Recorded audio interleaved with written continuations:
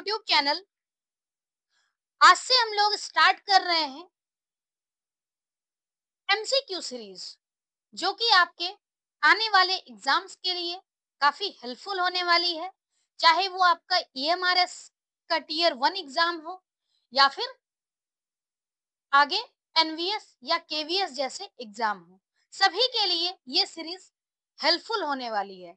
जैसा कि आप सभी जानते हैं कि यह सीरीज पूरे एग्जाम तक चलेगी, और सबसे अच्छी बात यह है कि इसके साथ हम दो और महत्वपूर्ण सीरीज भी शुरू करने जा रहे हैं।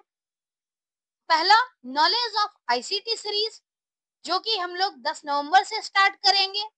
और एक और सेक्शन हमारा है डोमेन नॉलेज, जिसमें हम लोग एक्सपीरियंशियल लर्निंग, केस स्टडी और एनईपी 2020 से रिलेटेड एमसीक्यू को करेंगे।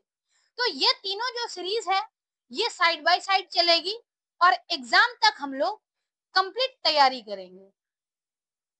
हर वीडियो में लगभग 40 एमसीक्यू को हम लोग कवर करेंगे। वीडियो थोड़ी लंबी जरूर होगी, क्योंकि इसमें हर एक क्वेश्चन का हम लोग डिटेल में एक्सप्लेनेशन देखेंगे।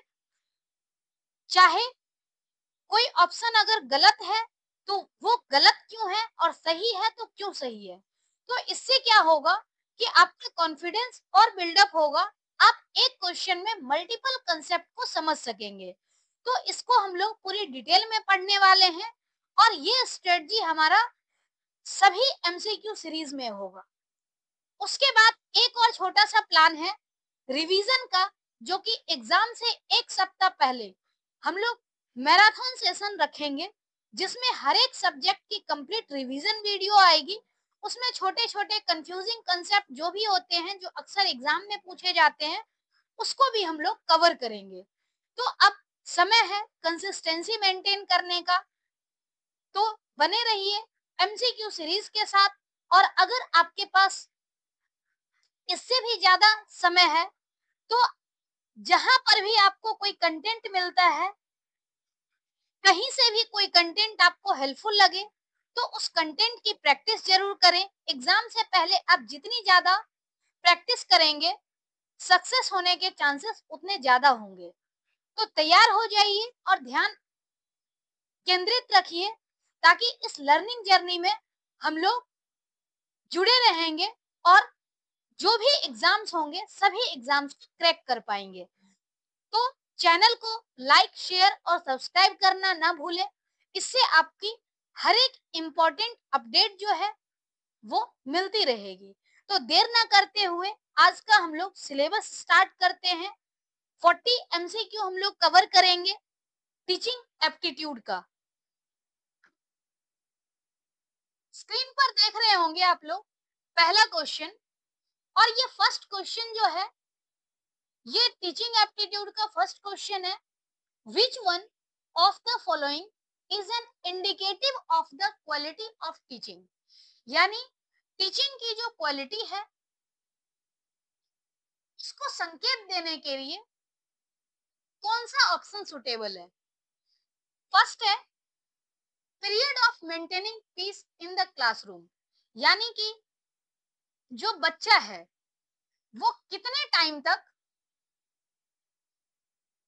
क्लासरूम में शांति बनाए रखता है, इसकी जो क्षमता है,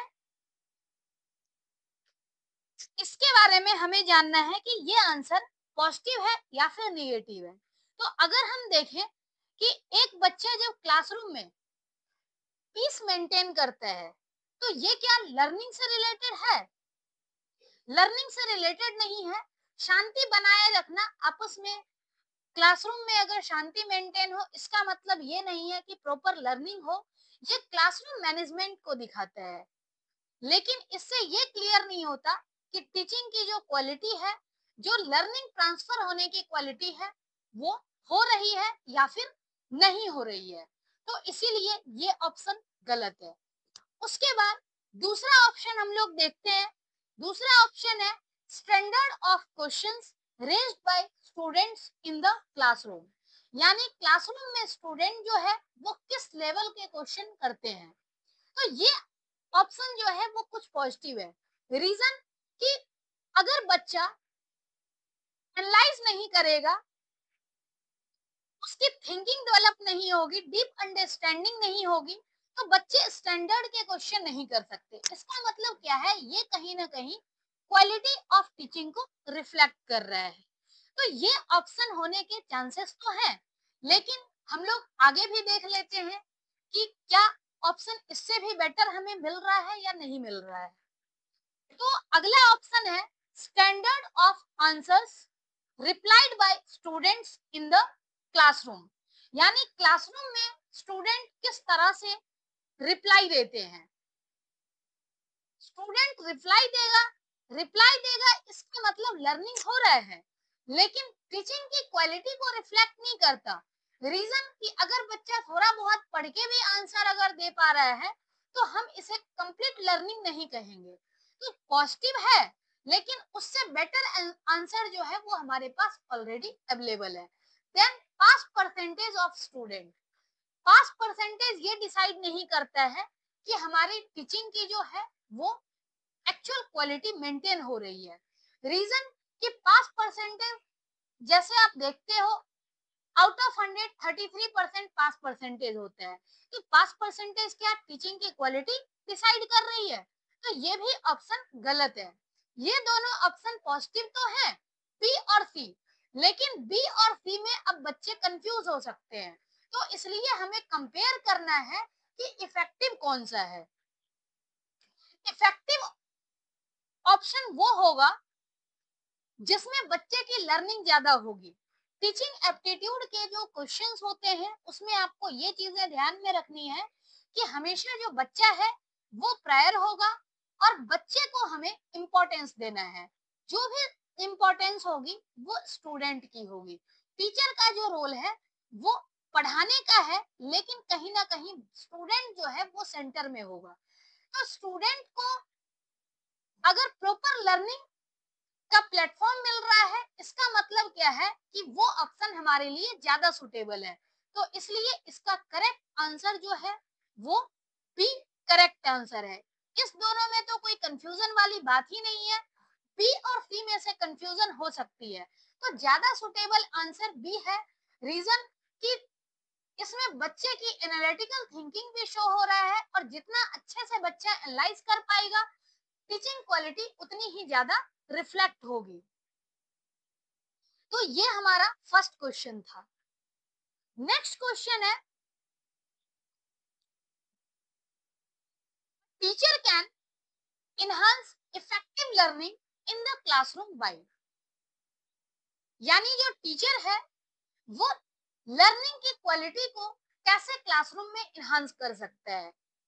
टीचर क्लासरूम में पढ़ाता है, लेकिन क्वालिटी को इम्प्रूव करने के लिए क्या क्या तरीके हो सकते हैं। पहला है गिविंग रिवार्ड। रिवार्ड देना अच्छा होता है, लेकिन क्या है रिवार्ड से एक्सट्रिंसिक मोटिवेशन होती है। मोटिवेशन अंदर से नहीं होता, मोटिवेशन बाहर से होता है। तो एक्सट्रिंसिक मोटिवेशन भी बहुत दिन तक नहीं चलता है, इसीलिए लर्निंग इस केस में इफेक्टिव नहीं होगी। इफेक्टिव लर्निंग इनहांस करने का ये जरिया नहीं हो सकता है। दूसरा है conducting frequent test. Frequent test से क्या होता है, अननेसेसरी बर्डन क्रिएट हो सकता है। टेस्ट कंडक्ट करना इवैल्यूएशन का तरीका है कि बच्चों ने क्या सीखा है, लेकिन ये लर्निंग को इनहांस करने का प्राइमरी मेथड नहीं है। इससे स्ट्रेस भी क्रिएट होता है। तो ये दोनों ही ऑप्शन अप्रोप्रिएट नहीं है। अब एक ऑप्शन हमारे पास और है relating the content to real life situation.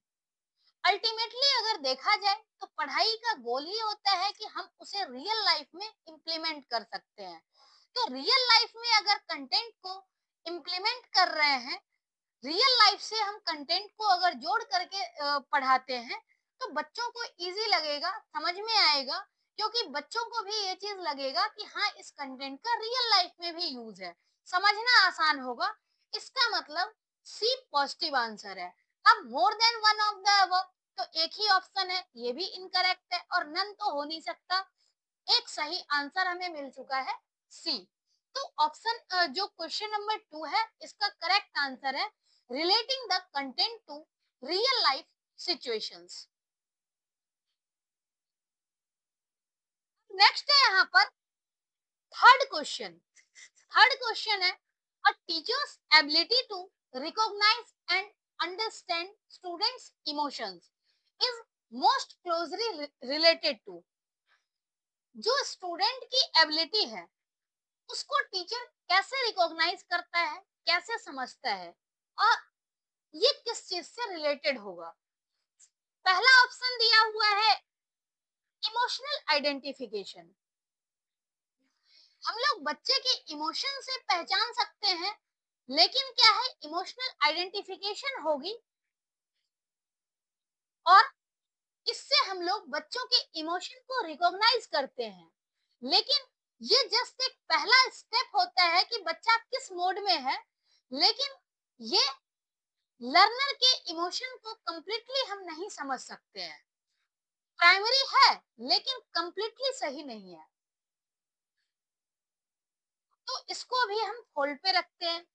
उसके बाद दूसरा है, नेक्स्ट ऑप्शन है इमोशनल रेगुलेशन। इमोशन को रेगुलेट करना। टीचर के इमोशन बच्चे के इमोशन को रेगुलेट कर ले तो इससे उसकी अंडरस्टैंडिंग लेवल रिकॉग्नाइज होगी। नहीं, ये ऑप्शन भी क्या है इनकरेक्ट है।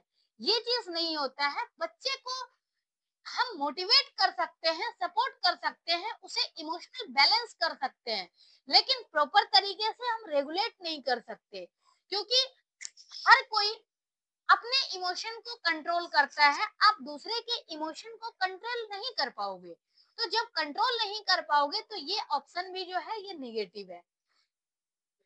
देन है सोशल अवेयरनेस। सोशल अवेयरनेस क्या है? सोशल अवेयरनेस का मतलब है कि आप आसपास की चीजों को अच्छे से जान रहे हो। स्टूडेंट के एरिया में उसके घर पे क्या हो रहा है, उसका समझने का क्या तरीका है, किस तरीके से आप बच्चों के लेवल को रिकॉग्नाइज कर पा रहे हो, स्टूडेंट के इमोशन को समझ रहे हो। तो जब तक आपकी सोशल अवेयरनेस होगी, अगर आप सोशल अवेयरनेस रखते हो तो आप उसके इमोशन को समझ सकते हो, रिकॉग्नाइज कर सकते हो। ये पॉजिटिव है। लेकिन उसके बाद हम लोग नेक्स्ट ऑप्शन और भी देख लेते हैं। नेक्स्ट जो है रिलेशनशिप स्किल। रिलेशनशिप स्किल का मतलब होता है कि टीचर और स्टूडेंट के बीच में किस तरह का जो रिलेशन है वो एस्टेब्लिश हो रहा है, यानी दोनों के बीच में कैसा इंटरेक्शन हो रहा है। इंटरेक्शन से भी हम कुछ हद तक उसके इमोशन को जान सकते हैं, तो ये भी पॉजिटिव है।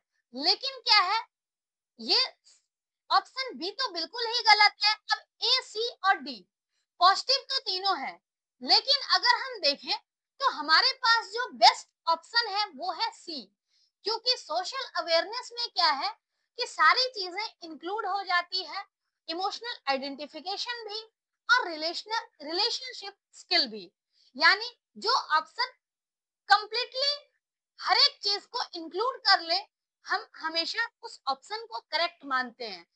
टीचिंग एप्टीट्यूड में एक तो होना चाहिए कि जब आपको कंफ्यूजन हो तो आप उसमें से डिसाइड करना सीखो कि हम अ, ऐसे ऑप्शन को चूज करें जो लर्नर को प्रायोरिटी देता हो, लर्नर की जो लर्निंग है, स्टूडेंट की लर्निंग हो रही हो। दूसरा क्या है कि हम ऐसे ऑप्शंस को चूज करते हैं जो कि मल्टीपल ऑप्शन को कंबाइन कर दे। तो अगर सोशल अवेयरनेस होगी तो इमोशनल आइडेंटिफिकेशन भी अपने आप आ जाएगा, रिलेशनशिप स्किल भी अपने आप आ जाएगी। तो इसका मतलब इसका सही ऑप्शन जो है वो है सोशल अवेयरनेस। नेक्स्ट है in order to stand his students a teacher should be well versed in। यानी स्टूडेंट के बारे में समझने के लिए टीचर की क्या एबिलिटी होनी चाहिए, स्टूडेंट के बारे में, स्टूडेंट का नेचर क्या है, उसके लर्निंग का तरीका क्या है, ये सब चीज के बारे में जानने के लिए टीचर के अंदर क्या एबिलिटी होनी चाहिए, इससे रिलेटेड क्वेश्चन है। पहला है चाइल्ड साइकोलॉजी। चाइल्ड साइकोलॉजी यानी चाइल्ड साइकोलॉजी क्या करता है, एक ऐसा फ्रेमवर्क प्रोवाइड करता है जिसके जरिए हम स्टूडेंट के बिहेवियर को, उसके डेवलपमेंट को और स्टूडेंट की क्या लर्निंग प्रोसेस है उसके बारे में जानते हैं। इसका मतलब टीचर को चाइल्ड साइकोलॉजी की नॉलेज होनी ही चाहिए। नेक्स्ट है inclination towards understanding the children, यानी चिल्ड्रन का जो अंदर की भावना है, चिल्ड्रन के अंदर क्या चल रहा है, उसका एक्चुअल में इंटरेस्ट क्या है, ये सब चीजों के बारे में भी टीचर को जानना होगा। तो अगर यहाँ पर हमारे पास मल्टीपल ऑप्शंस नहीं होते, मोर देन वन का ऑप्शन नहीं होता, तो उस केस में हम चाइल्ड साइकोलॉजी को मार्क करते। रीजन कि चाइल्ड साइकोलॉजी के अंदर ऑप्शन 2 जो है वो ऑलरेडी समाहित है, लेकिन हमारे पास यहाँ और भी ऑप्शंस दिए गए हैं, एक बार हम लोग देखते हैं। नेक्स्ट ऑप्शन है opinion of the students towards subject matter, यानी सब्जेक्ट मैटर के टुवर्ड्स अगर ओपिनियन स्टूडेंट का हमें पता होगा तो उससे स्टूडेंट के बारे में क्या समझ में आएगी, सिर्फ सब्जेक्ट ओरिएंटेड नॉलेज तो हो जाएगी, यानी टीचर को समझ में आ जाएगा कि सब्जेक्ट में क्या है, लेकिन उसके इमोशंस, उसके इंटरेस्ट, ये सब समझ में नहीं आएगा। तो ये ऑप्शन सी नहीं होगा, ऑप्शन ए और बी पॉजिटिव है। ऑप्शन ए जो है उसमें ऑप्शन बी समाहित है।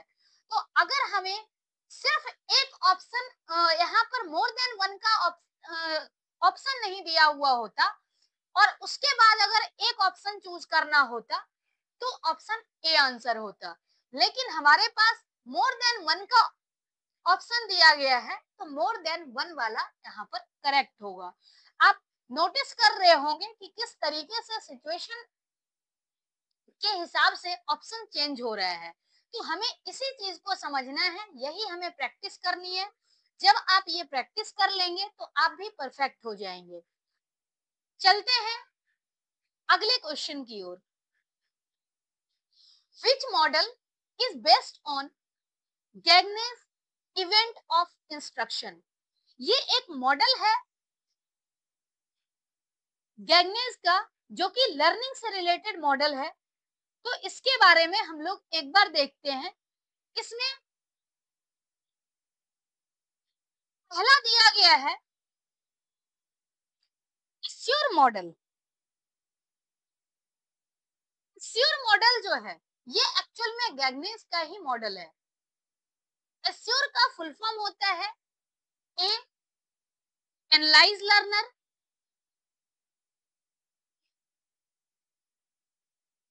उसके बाद एस है, एस है स्टेट ऑब्जेक्टिव, यानी ऑब्जेक्टिव क्या है, पहले लर्नर को एनालाइज करता है, उसके बाद लर्निंग के ऑब्जेक्टिव को बताता है। देन है एस यानी सिलेक्ट, सिलेक्ट क्या करना है, टीचिंग मेथड्स, क्या टीएलएम यूज करना है, ये सब चीजें जो है ये सिलेक्ट स्टेप में आता है। उसके बाद है यू, यूज क्या करना है ये हमें पता चल गया। उसके बाद इसे यूटिलाइज कैसे करनी है, किस तरीके से यूटिलाइज करनी है, ये यू डिसाइड करता है। उसके बाद नेक्स्ट है आर, रिक्वायर लर्नर पार्टिसिपेशन, यानी लर्नर की पार्टिसिपेशन होनी चाहिए लर्निंग में। कहने का मतलब पहले हमने लर्नर को एनालाइज किया, उसके बाद जो प्रॉब्लम ऑब्जेक्टिव है, लर्निंग ऑब्जेक्टिव है, उसको हमने डिफाइन किया। देन हमें सिलेक्ट करना है कि टीचिंग मेथड कौन सा यूज होगा, टीचिंग मटेरियल कौन सा यूज होगा। देन यूटिलाइज करनी है प्रॉपर तरीके से। उसके बाद लर्नर की पार्टिसिपेशन होनी चाहिए, ये रिक्वायरमेंट है। और लास्ट में जब लर्नर पार्टिसिपेट कर लेगा तो देन लर्निंग होगी लर्नर की, और लास्ट में हम इसे इवेलुएट करेंगे, इसे इवेलुएट। तो ये जो है ये एस्योर मॉडल है और यही गैगनेस इवेंट ऑफ इंस्ट्रक्शन के आधार पर वर्क करता है। अब इसमें से और भी कुछ मॉडल दिए गए हैं, इसके बारे में एक बार हम लोग जान लेते हैं कि क्या है। वैसे तो ये ऑप्शन डायरेक्ट है, ये आपको पता होना चाहिए। नेक्स्ट अगर हम देखें तो अगला मॉडल जो दिया गया है वो है ADDIE DIE, ADDIE model. ADDIE model क्या होता है? इसमें भी ए डी डी आई ई, इसका फुल फॉर्म है सबसे पहले ए से एनालिसिस, देन है डिजाइन, डिजाइन के बाद है अगेन डेवलपमेंट, डेवलपमेंट के बाद इम्प्लीमेंटेशन और लास्ट में इवैल्यूएशन। ये भी मिलते जुलते ही मॉडल हैं, ये भी टीचिंग का ही मॉडल है, लेकिन ये गैगनेस इवेंट ऑफ इंस्ट्रक्शन से रिलेटेड नहीं है। तीसरा है SWOT एनालिसिस, यानी स्ट्रेंथ, वीकनेस, अपॉर्चुनिटी और थ्रेट्स। ये SWOT एनालिसिस है।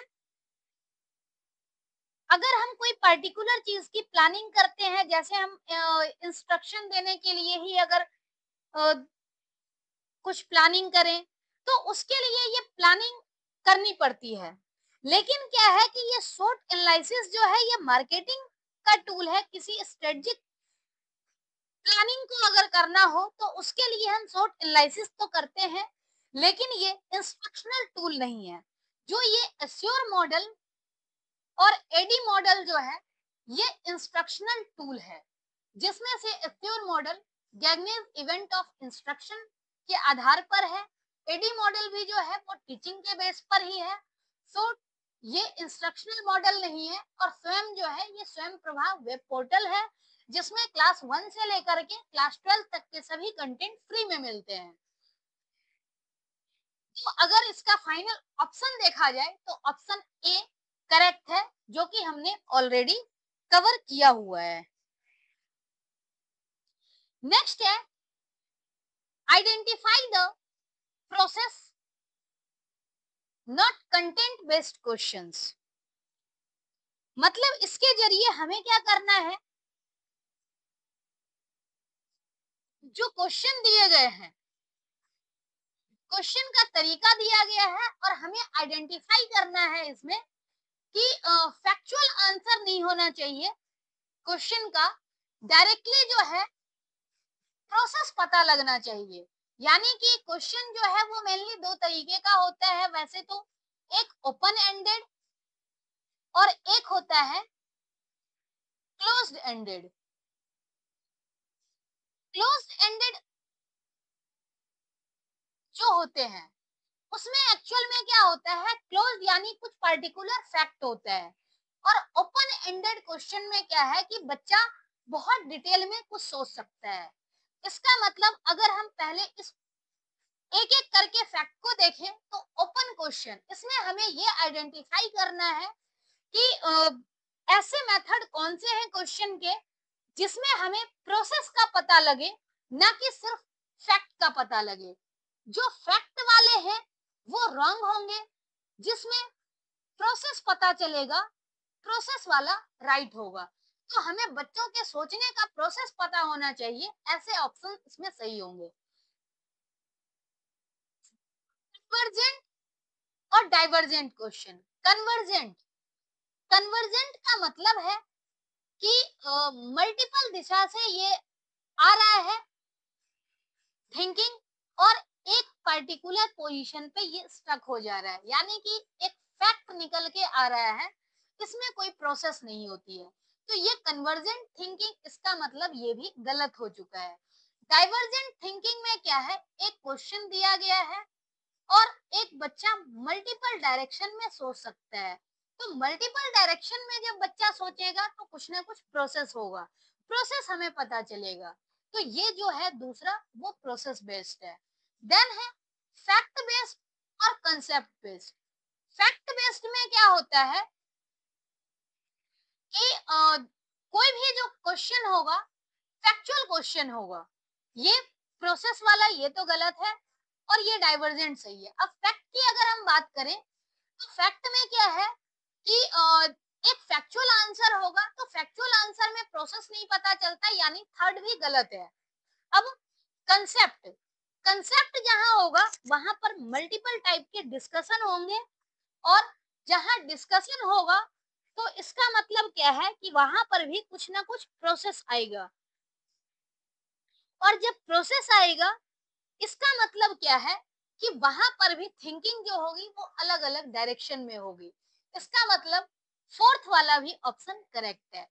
ओपन क्वेश्चन में क्या है, ओपन क्वेश्चन में भी जो बच्चा है वो मल्टीपल डायरेक्शन में सोच सकता है। तो मल्टीपल डायरेक्शन में जब सोचेगा तो इसका मतलब ये भी प्रोसेस डिसाइड करेगा, और क्लोज्ड में क्या है कि एक फैक्ट बेस्ड आंसर होगा। इसका मतलब 2, 4 और 5। तो 2, 4 और 5 जो ऑप्शन होगा वो ऑप्शन हमारा करेक्ट होगा। अदरवाइज क्या है, सारे ऑप्शंस गलत हैं। यानी इसका अगर फाइनल आंसर देखा जाए तो फाइनल आंसर क्या है, डी। नेक्स्ट क्वेश्चन है question number 7। Who is considered as father of instructional technology. अगर हम फादर ऑफ इंस्ट्रक्शनल टेक्नोलॉजी की बात करें तो पहले हम आइडेंटिफाई करते हैं कि कौन है फादर ऑफ इंस्ट्रक्शनल टेक्नोलॉजी। एक एक करके जानते हैं कि सबके बारे में क्या फैक्ट है। सबसे पहला नाम आता है जेपी गिलफर्ड का। जेपी गिलफर्ड को अगर देखा जाए तो इन्होंने क्या दिया था, स्ट्रक्चर ऑफ इंटेलिजेंस मॉडल। जो इंटेलिजेंस टेस्ट होते हैं, किस तरह से हम इंटेलिजेंस के बारे में जानते हैं, बच्चों के इंटेलिजेंस के बारे में, तो ये जेपी गिलफर्ड के द्वारा दिया गया था, क्योंकि जेपी गिलफर्ड ने ही इंटेलिजेंस मॉडल का स्ट्रक्चर दिया था। नेक्स्ट है पीएफ स्किनर। स्किनर स्किनर ने ऑपरेंट कंडीशनिंग दी थी। ऑपरेंट कंडीशनिंग थ्योरी के लिए, जो कि बिहेवियरिज्म का थ्योरी है, ऑपरेंट कंडीशनिंग, तो ये भी जो है ये भी इंस्ट्रक्शन टेक्नोलॉजी के लिए नहीं जाने जाते, यानी ए भी गलत है और बी भी गलत है। तीसरा है आर एम गैगने।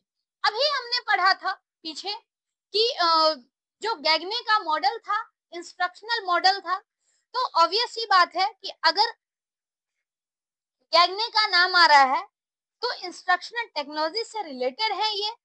और गैगने की अगर हम बात करें तो इन्होंने टोटल 9 इवेंट ऑफ इंस्ट्रक्शन दिए थे। इंस्ट्रक्शन के टोटल 9 इवेंट थे।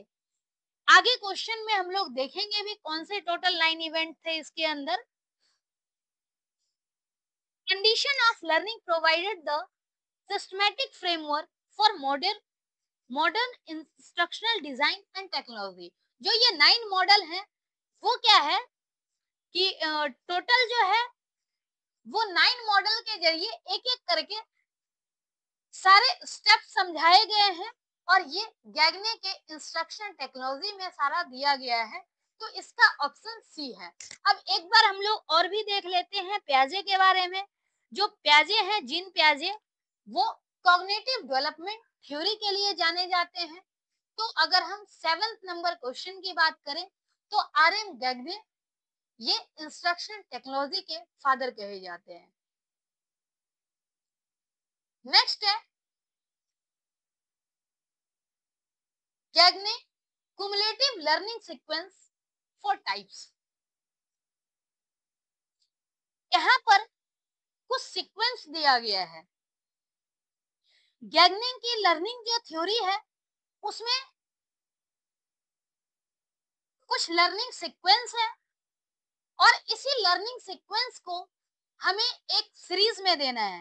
अगर हम लर्निंग सीक्वेंस की बात करें तो सबसे पहला लर्निंग सीक्वेंस यहाँ आता है सिग्नल का। सिग्नल फर्स्ट पे आता है, उसके बाद क्या है, स्टिमुलस रिस्पॉन्स लर्निंग आती है, देन है चेनिंग यानी मल्टीपल फैक्ट के बीच में कनेक्शन, उसके बाद है वर्बल एसोसिएशन, देन है डिस्क्रिमिनेशन लर्निंग,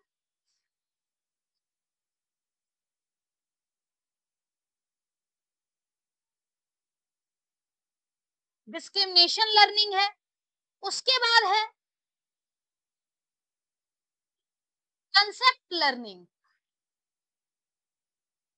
कंसेप्ट के बाद है रूल लर्निंग और लास्ट में है प्रॉब्लम सॉल्विंग। तो ये टोटल 8 टाइप का लर्निंग डिफाइन किया गया था गैगने के द्वारा।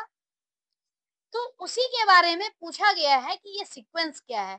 एक्चुअल में बहुत सी चीजें हैं जो कि एग्जाम में इतनी डीपली नहीं पूछी जाती है, लेकिन क्या है अगर वर्स्ट केस में कभी आ जाता है तो आप एग्जाम में एक्सप्लेनेशन को भी अगर याद रख लोगे तो आपसे क्वेश्चन बन जाएगा।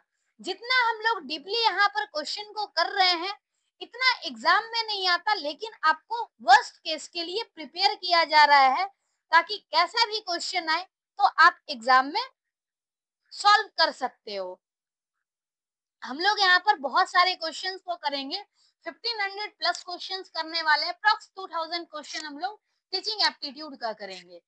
तो ये कुछ जो है ये साइकोलॉजी से रिलेटेड दिया गया है। अब इसमें अगर हम सीक्वेंस देखें तो सीक्वेंस है, सबसे पहला है यहाँ पर सिग्नल का।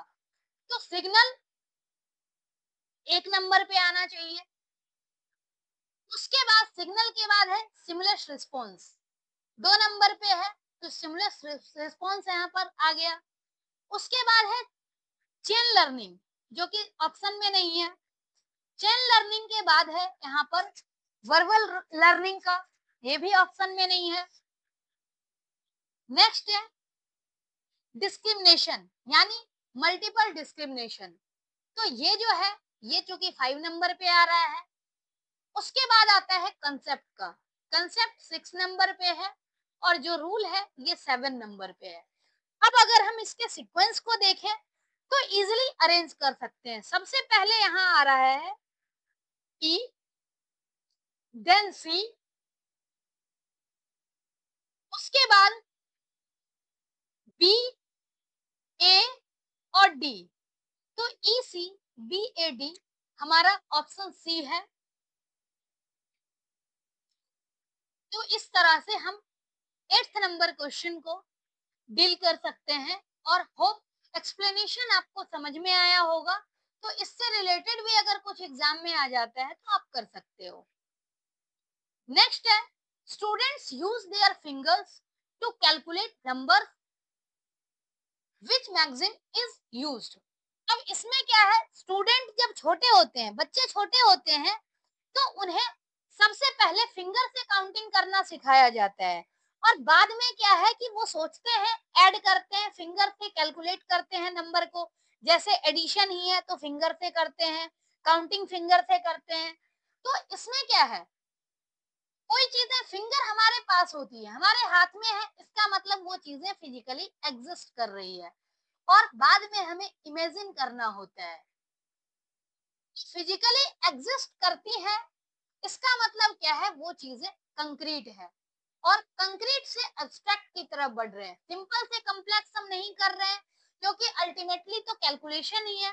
तो कैलकुलेशन पहले भी हम कर रहे हैं और बाद में भी कर रहे हैं। सिंपल टू कॉम्प्लेक्स नहीं हो सकता है, फॉर्मूला की बात नहीं है जो पार्टिकुलर टू जनरल होगा, और नोन टू अननोन भी नहीं है क्योंकि इसमें दोनों ही केस में कैलकुलेशन ही हो रही है। मतलब कंक्रीट टू एब्स्ट्रैक्ट इसका ऑप्शन करेक्ट है। नेक्स्ट है, what is the most important for a teacher? एक टीचर के लिए इंपॉर्टेंट चीजें क्या है? सबसे पहले आता है option, to maintain discipline in class. Class में डिसिप्लिन मेंटेन करना, ये भी पॉजिटिव आंसर है। उसके बाद पंक्चुअल होना, ये भी पॉजिटिव है। डिफिकल्टीज, स्टूडेंट की डिफिकल्टीज रिमूव करना, ये भी पॉजिटिव है। और एक अच्छा वक्ता होना भी पॉजिटिव है। लेकिन हमें मोस्ट इंपॉर्टेंट देखने हैं। तो अभी हमने थोड़ी देर पहले सीखा था कि हमें वो ऑप्शन चूज करने हैं जिसमें स्टूडेंट को प्रायोरिटी दी जाए। तो स्टूडेंट की प्रायोरिटी देने के बाद ये कौन से ऑप्शन में है? यानी स्टूडेंट की डिफिकल्टीज रिमूव हो रही है, स्टूडेंट की लर्निंग हो रही है। तो इसका मतलब इससे बेस्ट ऑप्शन नहीं हो सकता। ऑप्शन नंबर सी जो है वो करेक्ट है। Next, which of the following is an example of scaffolding? Scaffolding क्या होता है? सपोर्ट प्रोवाइड करना। सपोर्ट प्रोवाइड करना यानी किसी को अगर किसी पर्टिकुलर टॉपिक में डिफिकल्टीज हो रही है तो आप उसे थोड़ी सी हेल्प कर दो, तो बच्चा अपने आप से सीख लेता है। यानी किसी तरह का सहारा देना। अब जैसे मान लो कि आप किसी को साइकिल चलाना सिखा रहे हो, तो साइकिल चलाना जब सिखा रहे हो तो उस टाइम में जब शुरू में आप सिखा रहे हो तो पीछे से सपोर्ट करते हो, फिर एकदम से क्या है कि आप हट जा रहे हो और बच्चा धीरे धीरे साइकिल चलाना सीख लेता है। इसका मतलब क्या है कि आपने इसके फोल्डिंग दिया है। तो ये इसके फोल्डिंग का एग्जाम्पल। गिविंग मोटिवेशनल लेक्चर, क्या मोटिवेशनल लेक्चर से इसके फोल्डिंग होगी? मोटिवेशन डेवलप हो सकता है अंदर, लेकिन इसके फोल्डिंग नहीं हो सकती। इसके फोल्डिंग का मतलब है हेल्प करना। तो मोटिवेशनल लेक्चर में कोई हेल्प नहीं हो रहा है। क्वेश्चन को encourage, offering explanation without encouraging questioning, यानी क्वेश्चनिंग को तो आप इनकरेज नहीं कर रहे हो और सिर्फ एक्सप्लेन कर रहे हो। तो ये भी ऑप्शन जो है ये भी गलत है। यानी आप हेल्प नहीं कर रहे हो बिल्कुल भी। Then, offering both material and non material award, reward देना अवार्ड देना क्या इसके फोल्डिंग है? ये तो मोटिवेशन का टाइप है। मोटिवेशन इससे डेवलप हो सकती है लेकिन इसके फोल्डिंग नहीं होगी, तो ये भी गलत है। नेक्स्ट है giving prompts, cues, asking questions, critical moments. मतलब बच्चों को हिंट देना, कोई तरह का संकेत देना और किसी पर्टिकुलर टाइम पे कोई इंपॉर्टेंट टाइम पे क्वेश्चन पूछना। तो इससे क्या है, बच्चे को हिंट मिल जाती है। या जैसे मान लो कि आपसे कोई किसी ने सवाल किया, आपको नहीं आता है, तो उसी में से दो चार सवाल आपसे जब मिलते जुलते करने लगते हैं तो एकदम से आपको हिंट मिल जाए, तो आप बता पाते हो। इसका मतलब क्या है, आपको हिंट दी गई है। तो ये होता है स्कैफोल्डिंग। नेक्स्ट है, the major roles of primary school leading teacher is to. Primary school के टीचर का मेजर रोल क्या है? प्राइमरी स्कूल टीचर का रोल पूछा गया है तो आपको प्राइमरी के बच्चों के हिसाब से सोचना है। जैसा क्वेश्चन दिया गया है उसके हिसाब से ही आपको सोचना होगा। पहला है contribute to classroom management. Primary बच्चे को आप क्लासरूम मैनेजमेंट सिखाओगे? नहीं, प्राइमरी के बच्चे तो खेलने कूदने वाले होते हैं। तो क्लासरूम मैनेजमेंट वाला जो ऑप्शन है वो इनकरेक्ट है। यहाँ पर खेल खेल में सिखाया जाता है, लीडरशिप नहीं चलती। नेक्स्ट है, improve the skill, knowledge and performance of the teaching workforce. यानी जो स्किल है, स्किल को इम्प्रूव करना, नॉलेज को इम्प्रूव करना, ये चीजें पॉजिटिव है, तो इसको अभी हम होल्ड पे रखते हैं। नेक्स्ट है supervise the delivery of teaching programme. Overall role होता है, लेकिन अगर देखा जाए तो ये कोई मेजर रोल नहीं है, तो ये भी ऑप्शन जो है ये गलत है। देन है develop and manage manage the school code of conduct.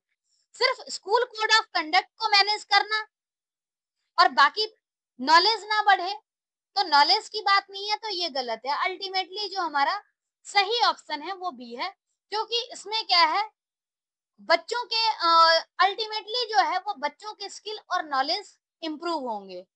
तो इसीलिए प्राइमरी स्कूल लीडिंग टीचर का मेजर रोल जो है वो ये है, improve the skill knowledge and performance of the teaching workforce. How can we ensure food safety in school? School में food safety को कैसे इंश्योर करोगे? पहला है protect food from insect, rodent and other animal, यानी जानवरों से, कीड़े मकोड़े से आपको फूड को प्रोटेक्ट करना है। दूसरा है helping to treat health problems and preventing them. जब बच्चा बीमार ही हो जाएगा तो आप रोकथाम करने में सहयोग करके आप फूड सेफ्टी नहीं कर सकते। पहला ऑप्शन जो है ये पॉजिटिव है, फूड सेफ्टी से रिलेटेड है। अगर हम दूसरे ऑप्शन की बात करें तो दूसरा ऑप्शन जो है ये इससे रिलेटेड नहीं है। देन है storing food at safe place. सिर्फ फूड को सेफ प्लेस पे स्टोर करना ये पॉजिटिव ऑप्शन तो है, लेकिन एक ये इतना अप्रोप्रिएट तो नहीं है, तो ये भी गलत होगा, क्योंकि चार ऑप्शन है तो हमें एक चूज करना है। देन है building school away from major breeding site. Major breeding site से स्कूल को दूर कर लेना ये भी तरीका नहीं है, क्योंकि हर जगह पर जमीन अवेलेबल नहीं होता, कुछ नहीं, तो स्कूल बिल्डिंग को आप अलग कैसे करोगे? अब इसमें दो तो निगेटिव ऑप्शन है, निगेटिव है, ये नहीं हो सकता, ये नहीं हो सकता। अब इसमें क्या है कि जो सी है वो पॉजिटिव है, लेकिन उससे बेटर ऑप्शन आपके पास ए है, तो ये ए फाइनल आंसर होगा। हम इसे फाइनल आंसर जो है उस ए को मानेंगे। नेक्स्ट है if a teacher helps the student in selecting subject, his role is. जब स्टूडेंट टीचर की हेल्प जब टीचर स्टूडेंट की हेल्प करता है सब्जेक्ट को सिलेक्ट करने में, तो सब्जेक्ट सिलेक्ट करने में टीचर का रोल क्या होता है? टीचर का जो रोल होता है वो काउंसलर का रोल होता है, काउंसलिंग करता है। स्टूडेंट की काउंसलिंग करेगा तो बच्चा अच्छे से सब्जेक्ट को चूज कर लेगा। इंस्ट्रक्टर इंस्ट्रक्शन नहीं दे सकते इस केस में, तो इंस्ट्रक्टर नहीं होगा। एडवाइजर सलाह देना कुछ हद तक हो सकता है, लेकिन एडवाइस कोई भी दे सकता है। बट काउंसलर जो होते हैं वो प्रोफेशनल होते हैं, वो प्रॉपर हर चीज की पॉजिटिव निगेटिव बताते हैं उसके बाद। तो एडवाइजर से ज्यादा अप्रोप्रिएट काउंसलर है। और फ्रेंड जो है, फ्रेंड जरूरी नहीं है कि आपको सब्जेक्ट सिलेक्ट करने में हेल्प करे तो वो टीचर आपका फ्रेंड हो जाएगा। तो ये भी क्या है, गलत है। बी और डी सरासर गलत है। सी कुछ हद तक सही है, लेकिन सी से बेटर ऑप्शन आपके पास ये है, काउंसलर होगा। टीचर जब सब्जेक्ट सिलेक्ट करने में हेल्प कर रहा है स्टूडेंट की, तो टीचर का रोल काउंसलर का रोल होगा। नेक्स्ट है टीचर शुड। टीचर को क्या करना चाहिए? Option A consider student space of learning while teaching, यानी स्टूडेंट किस तरीके से सीख रहा है उसका ध्यान रखना है।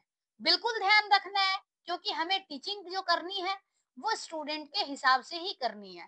तो ये ऑप्शन सही है। नेक्स्ट देख लेते हैं कि इससे कहीं बेटर ऑप्शन ना मिले। Ignore student space of learning while teaching. Student को इग्नोर नहीं करना है। Consider pace of best performing student. हम बेस्ट परफॉर्मर को चूज करेंगे और बाकी को इग्नोर करेंगे? नो, ये भी ऑप्शन गलत है। देन है ignore individual difference in pace. Individual difference को हमें लेके चलना होता है, क्लासरूम में हर तरह के बच्चे होते हैं, तो ये भी गलत है। हमारा फाइनल ऑप्शन जो है वो होगा ए। नेक्स्ट है mother Meher has few displaced student. Meher जो है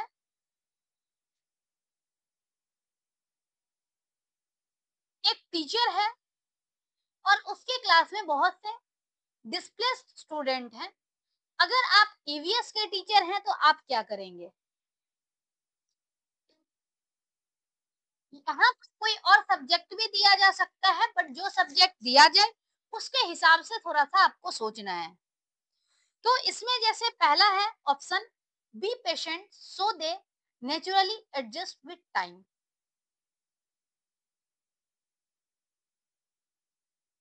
हमें ये चीजें नहीं करनी है, पेशेंटली नहीं रहना है, क्योंकि उस केस में क्या है कि धीरे धीरे अगर एडजस्ट करने के लिए हम सोचेंगे तो हो सकता है उसका काफी टाइम निकल जाए। तो ये ऑप्शन भी इनकरेक्ट है। देन है make a group of only displaced student and give group work. ऐसा नहीं कर सकते, बच्चों को हम सेग्रीगेट नहीं करेंगे, बच्चे को हमेशा एक जगह पर रखना है, एक ही तरीके से सबको ट्रीट करना है, कोई सिंपैथी नहीं दिखानी, उसको अलगाव नहीं करना है, सबको बराबर समझना है। तो ये भी ऑप्शन गलत है। देन है encourage them to accept displacement immediately and move on. ऐसा भी नहीं हो सकता है कि हमने हमें उसे भगा देना है, वो भी गलत है। Help them interact with others and share their stories. अगर बच्चा दूसरे के साथ इंटरेक्ट करेगा तो हो सकता है धीरे धीरे वो अपनी क्लास में घुल मिल जाए, टीचर से घुले मिले। तो इस केस में बेस्ट ऑप्शन हमारे पास है डी। यानी हमें इंटरेक्ट करना है, टीचर को भी इंटरेक्ट करना है, बच्चे को भी इंटरेक्ट करना है, बच्चे भी आपस में इंटरेक्ट करें। तो इस तरह का माहौल होना चाहिए, हमें किसी को डिस्प्लेस्ड नहीं रखना है और सेग्रीगेट नहीं करना है। नेक्स्ट है teacher is a dash of all teaching learning activities. Teacher जो है वो एक फैसिलिटेटर के रूप में काम करता है। फैसिलिटेटर के रूप में काम करना, इसका मतलब क्या है? बच्चा जो है वो बच्चा एक्टिव होगा इस केस में, और बच्चा एक्टिव होगा तो बच्चे ज्यादा सीखेंगे। स्टूडेंट एक्टिव होंगे तो स्टूडेंट ज्यादा सीखेंगे और टीचर उनकी हेल्प करेंगे, चाहे वो गाइड करने में हो, सपोर्ट करने में हो, किसी चीज को समझाने में हो।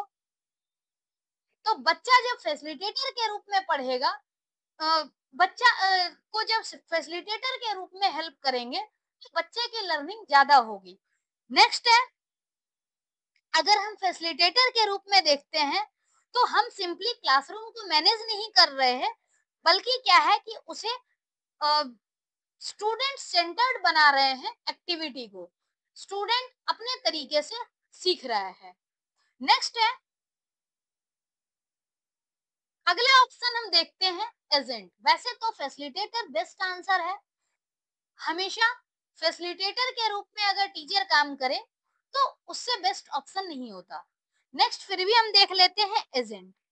एजेंट एजेंट तो पॉजिटिव वर्ड ही नहीं है, एजेंट के रूप में नहीं हो सकता। मोटिवेटर के रूप में हो सकता है, पॉजिटिव ऑप्शन है, लेकिन क्या है ये टीचर का जस्ट एक रोल है मोटिवेटर का, बट ये ऑप्शन अपने आप में कंप्लीट नहीं है, तो ये भी गलत है। देन मैनेजर सिर्फ क्लासरूम जब मैनेज कर रहा है तो वो उसका टीचर का प्राइमरी पर्पस है, लेकिन सिर्फ क्लासरूम ही मैनेज करे और बच्चे की लर्निंग ना हो तो वो भी रोल कंप्लीट नहीं है। तो बेस्ट यहाँ पर है फैसिलिटेटर।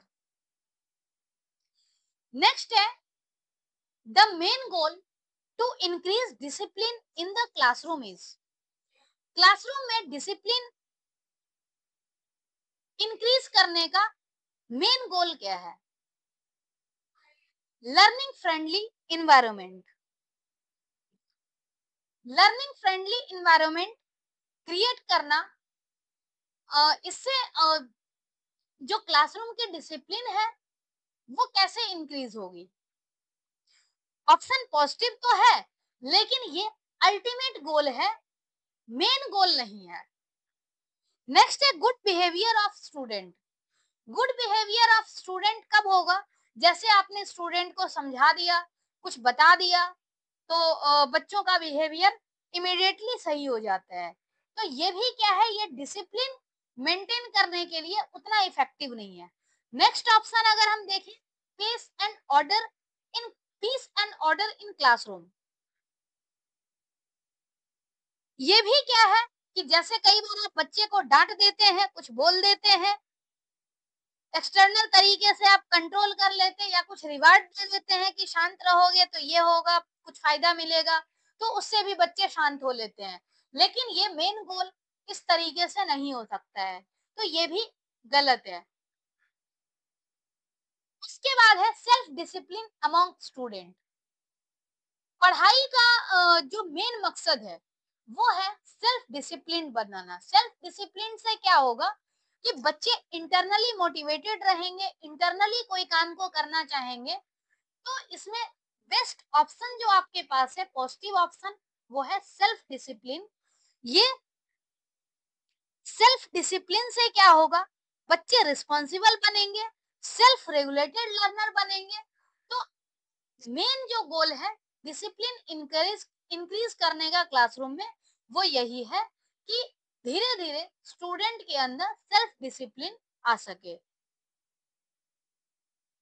नेक्स्ट है major role of a teacher is to, teacher का मेजर रोल क्या है? Provide up to date knowledge. क्या सिर्फ up to date knowledge provide करना टीचर का रोल है? नहीं, टीचर के बहुत सारे रोल होते हैं। Provide student accurate knowledge, accurate knowledge देना, स्टूडेंट को एक्यूरेट नॉलेज देना। क्या सिर्फ नॉलेज देना ही टीचर का काम है? ये भी नहीं है। इससे भी हमें बड़े ऑप्शन अगर मिलते हैं तो हमें उसकी तरफ भी जाना है। हालांकि पॉजिटिव तो है, ऑप्शन पॉजिटिव है, लेकिन क्या है, मेजर रोल नहीं है। मेजर रोल वो होगा जिसमें मल्टीपल ऑप्शन होल सोल सारी चीजें, सारे ऑब्जेक्टिव को समाहित कर ले। नेक्स्ट है assist student to acquire and reorganise knowledge. इसका मतलब क्या है, एक तो स्टूडेंट को सीखने में हेल्प करे, दूसरा क्या है, स्टूडेंट के अंदर कुछ तरह की कंफ्यूजन है तो उसको दूर करे और नॉलेज को रीऑर्गेनाइज करे। तो ये स्टूडेंट का जो है, ये टीचर का मेजर रोल है। इसमें क्या है, सारी चीजें, सारे फैक्ट इंक्लूड हो चुके हैं। फिर भी लास्ट ऑप्शन देखते हैं, students to remember given knowledge for long. Student को नॉलेज लार्ज लॉन्ग टर्म तक कैसे रखना, याद रखना है, इसके लिए रोल तो टीचर का है। लेकिन क्या है, कहीं ना कहीं ये तीनों ही चीजें, ऑप्शन ए, बी और डी, ये तीनों ऑप्शन सी में इंक्लूडेड है। अगर हम ऑप्शन सी को देखें तो इसमें अप टू डेट नॉलेज भी इंक्लूड हो चुकी है, एक्यूरेट इंफो, एक्यूरेट नॉलेज भी इंक्लूडेड है, और लॉन्ग टर्म तक बच्चे कैसे याद रख सकते हैं वो भी इंक्लूडेड है। तो अगर मेजर रोल की बात की जाए तो ऑप्शन सी जो है वो करेक्ट है। नेक्स्ट है the most potent reason of student in discipline in school. Student का स्कूल में इनडिसिप्लिन क्रिएट करना, उसका मेन रीजन क्या है? पहला यहाँ पर है अब्सेंटीज्म ऑफ टीचर। टीचर के अब्सेंट होने से क्या स्टूडेंट इनडिसिप्लिन क्रिएट करना शुरू कर दे? अगर स्टूडेंट सेल्फ डिसिप्लिन्ड होंगे तो चाहे टीचर अब्सेंट हो या फिर स्टूडेंट अब्सेंट हो, इनडिसिप्लिन क्रिएट नहीं हो सकता है। कोर्स कंप्लीट नहीं होने से स्टूडेंट इनडिसिप्लिन क्रिएट करें, उसके भी सॉल्यूशन हो सकते हैं कि कैसे कोर्स कंप्लीट होगा, तो ये भी तरीका नहीं है। नेक्स्ट है non involvement of students in activities. जब स्टूडेंट्स एक्टिविटीज में इन्वॉल्व नहीं होंगे तो इनडिसिप्लिन क्रिएट होगी। तो इसलिए डी जो है वो मोस्ट अप्रोप्रिएट आंसर है। हमें रियल लाइफ सिचुएशन को एनालाइज करके उसके बाद सबका आंसर देना होता है। नेक्स्ट है a teacher who sees knowledge as students interpretation tends to emphasize। एक टीचर जो कि स्टूडेंट का जो नॉलेज है इसको अगर क्रिएट करते हैं तो मेन क्या है कि कैसे फोकस होगा, मतलब टीचर का क्या फोकस होगा कि स्टूडेंट जो है वो प्रॉपर तरीके से कुछ सीख सके, स्टूडेंट को हेल्प कर सके। सबसे पहले है पावरफुल लेक्चरिंग। क्या पावरफुल तरीके से अगर टीचर लेक्चर दे दे तो स्टूडेंट इंटरप्रेट कर लेगा? तो ऐसा जरूरी नहीं है कि आपने लेक्चर दे दिया तो स्टूडेंट को सब समझ में आ जाए। तो इसीलिए ये जो है पहला ऑप्शन भी गलत है। स्टूडेंट का इंटरप्रिटेशन जो है वो लेक्चर देने पे डिपेंड नहीं करता है। नेक्स्ट है ट्रांसमिटिंग इंफॉर्मेशन। इंफॉर्मेशन ट्रांसमिट करने से भी स्टूडेंट की नॉलेज इंटरप्रेट नहीं होती है, प्रेजेंटेशन भी नहीं होती है। अगर डिस्कशन होगा तो डिस्कशन करने में, विचार विमर्श करने में क्या होता है कि स्टूडेंट के कंफ्यूजन भी कई बार दूर होते हैं। अगर कुछ गलत चीजें दिमाग में है, मतलब गलत फैक्ट अगर बच्चों के दिमाग में है तो टीचर उसे करेक्ट करता है। तो डिस्कशन करने से क्या होता है, स्टूडेंट इंटरप्रेट जब करता है तो उसकी जो नॉलेज है वो इंक्रीज होती है। तो इसीलिए टीचर को भी और स्टूडेंट को भी डिस्कशन और नेगोशिएशन में जो है इन्वॉल्व होना चाहिए। ये टीचिंग का मेन जो है, मेन फैक्ट फोकस इस चीज का होता है।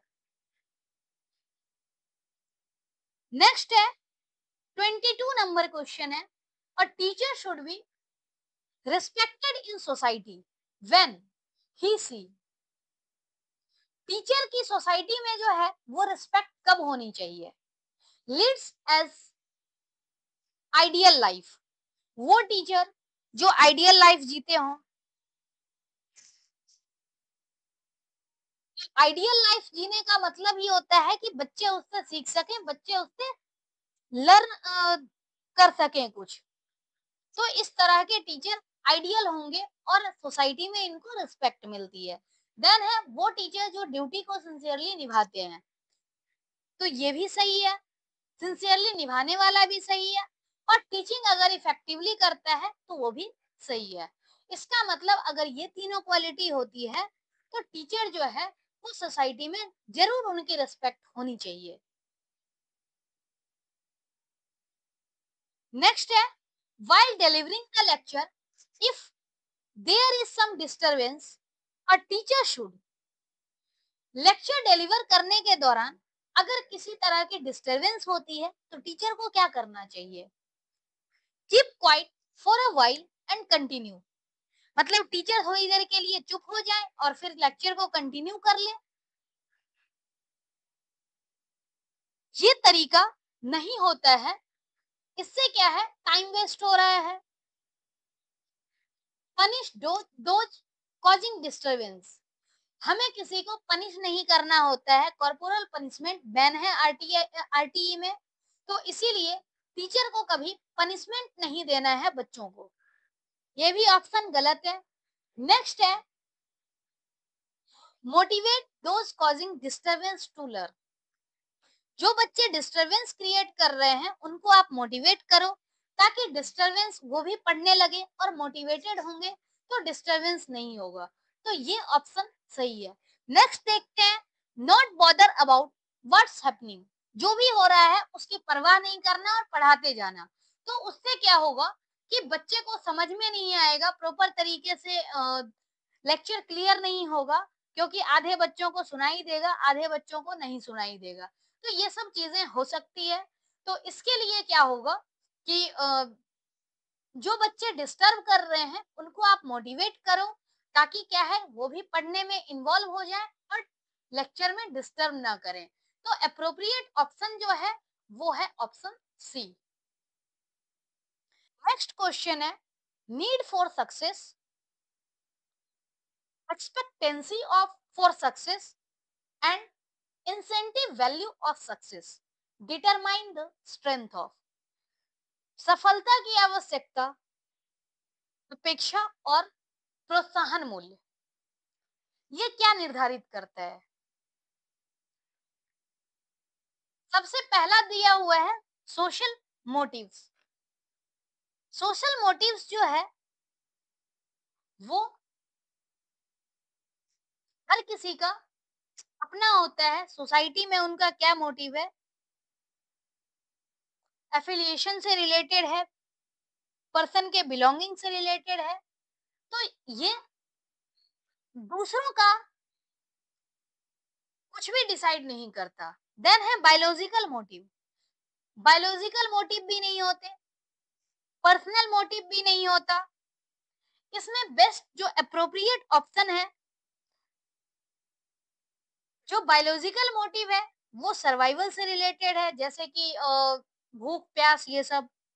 उसके बाद पर्सनल मोटिव की अगर हम बात करें तो किसी पर्टिकुलर टाइप का जैसे अचीवमेंट हो गया।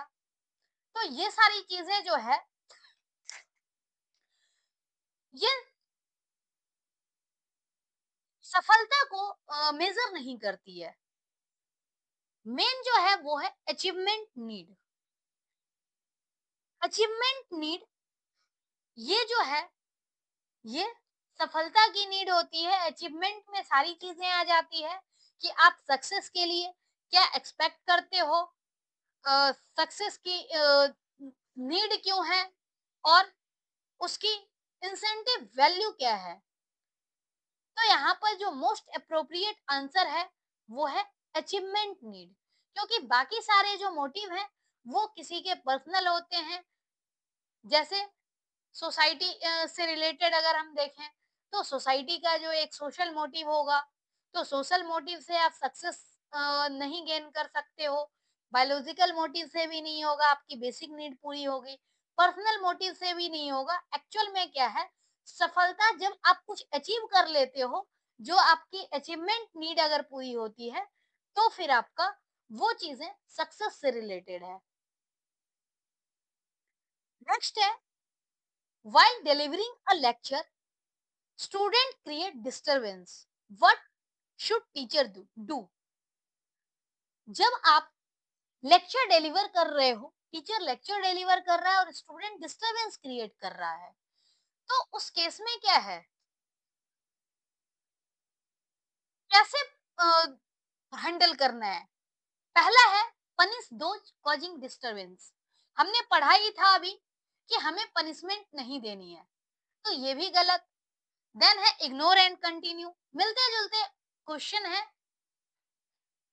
ये भी गलत है। Leave class and report to head, ये टीचर का काम नहीं होता।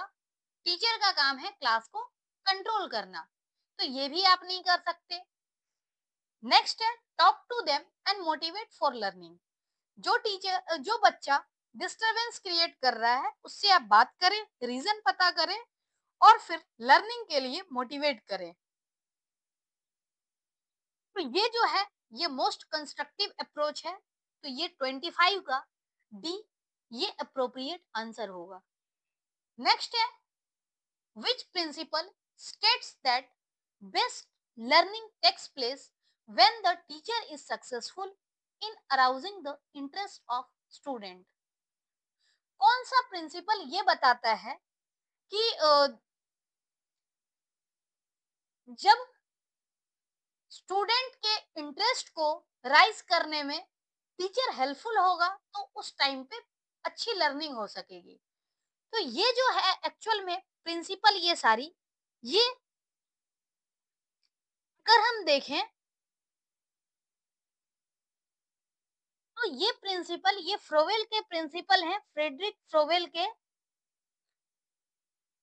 और प्रिंसिपल ऑफ मोटिवेशन,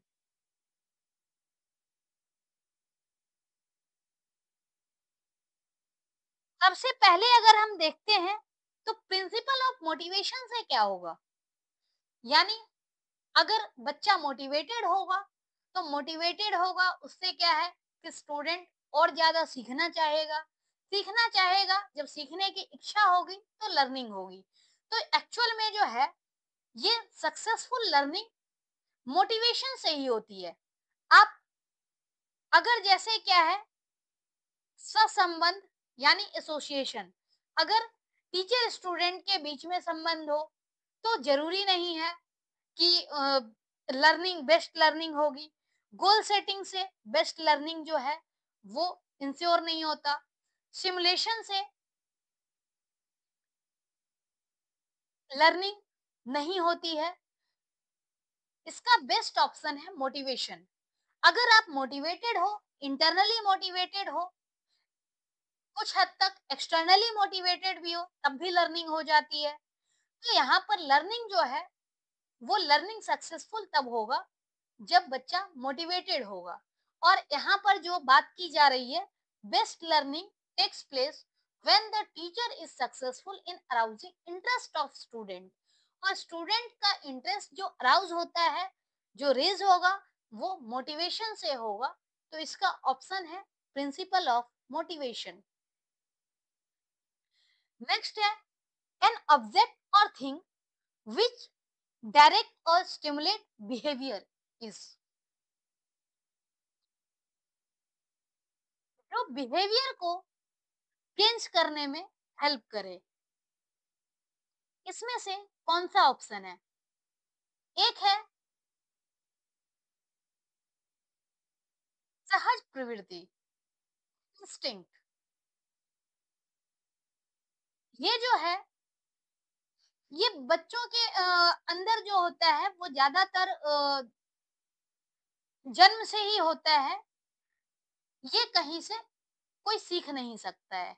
जो बिहेवियर है, जो उसका पैटर्न है, उसकी जो प्रवृत्ति है वो बचपन से ही होती है।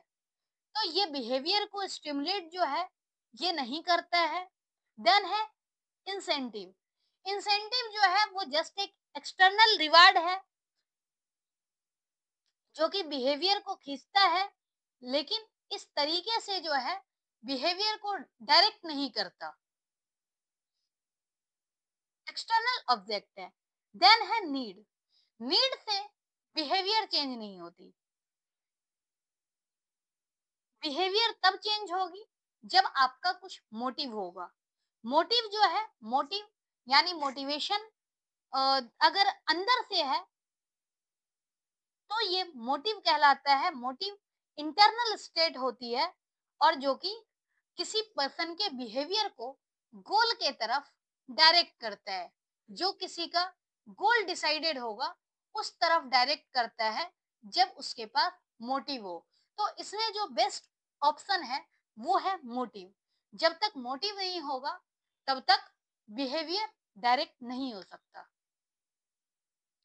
नेक्स्ट है the best way to teach a concept to students is to proceed from. अगर बच्चों को कोई कंसेप्ट पढ़ाना हो तो उसका बेस्ट तरीका क्या है? Difficult to simple. पहले ही आप हार्ड पढ़ा दोगे तो बच्चा तो पहले ही डर जाएगा। तो hard to difficult to simple नहीं हो सकता। Known to unknown. Known to unknown ये ऑप्शन है क्योंकि अगर बच्चे को कुछ पता है, जब आप इससे लिंक करके न्यू नॉलेज को पढ़ाते हो तो बच्चा रिलेट करके सीखता है। तो ये बेस्ट तरीका हो सकता है।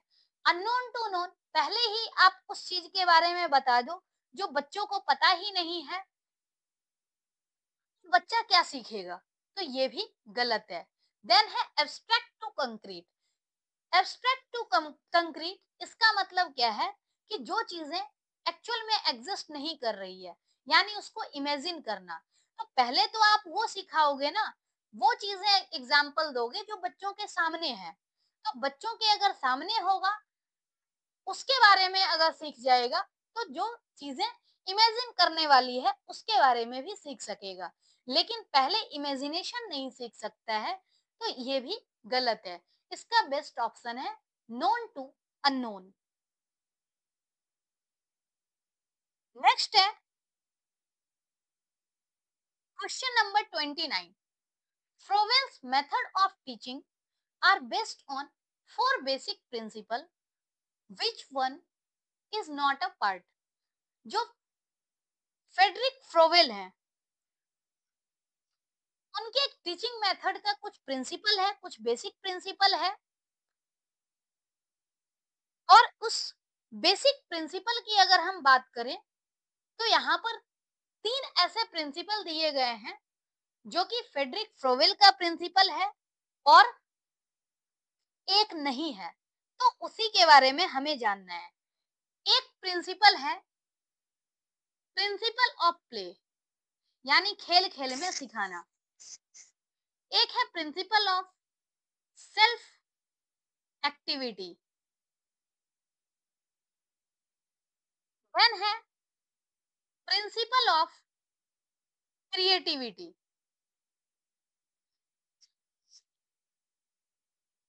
Principle of unity. Principle of development. और है प्रिंसिपल ऑफ सोशल पार्टिसिपेशन। तो वैसे अगर देखा जाए तो ये फोर की जगह यहाँ पर टोटल सिक्स प्रिंसिपल हैं। ये मेनली जो अगर देखा जाए तो फोर बेसिक है और सिक्स यहाँ पर प्रिंसिपल्स दिए गए हैं। अब इसको आप देख सकते हो। जैसे पहला है principle of play, principle of creative expression. पहला ऑप्शन से देखते हैं, क्रिएटिव एक्सप्रेशन यानी क्रिएटिविटी। तो बच्चों के अंदर प्रिंसिपल ऑफ क्रिएटिविटी ये डायरेक्ट बेसिक प्रिंसिपल में है। उसके बाद है principle of learning by games. तो प्रिंसिपल ऑफ प्ले जो है, यानी इसका मतलब क्या है, लर्निंग बाय गेम्स, गेम्स के जरिए सीखना। नेक्स्ट है प्रिंसिपल ऑफ सोशलेबिलिटी,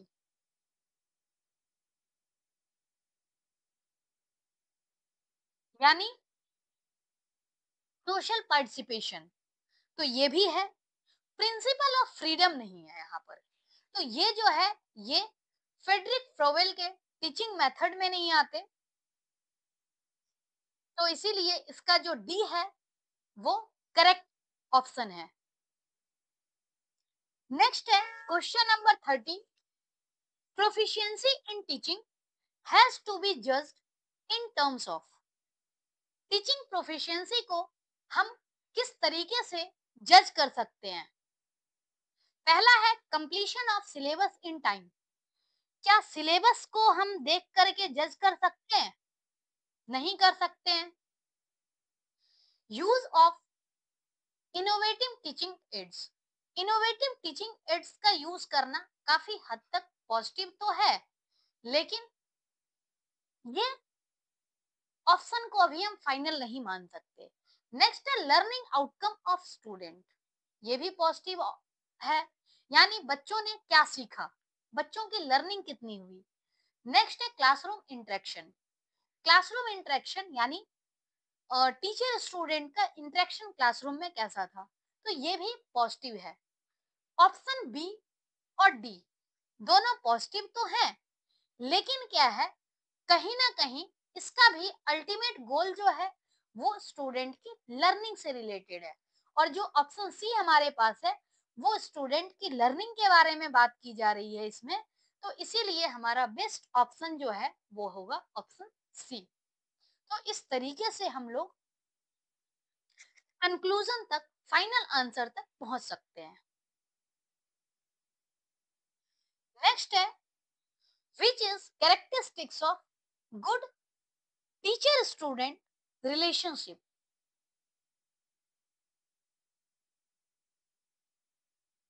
अच्छे शिक्षक छात्र संबंधों की विशेषता क्या है? टीचर स्टूडेंट रिलेशनशिप कैसे मानोगे आप?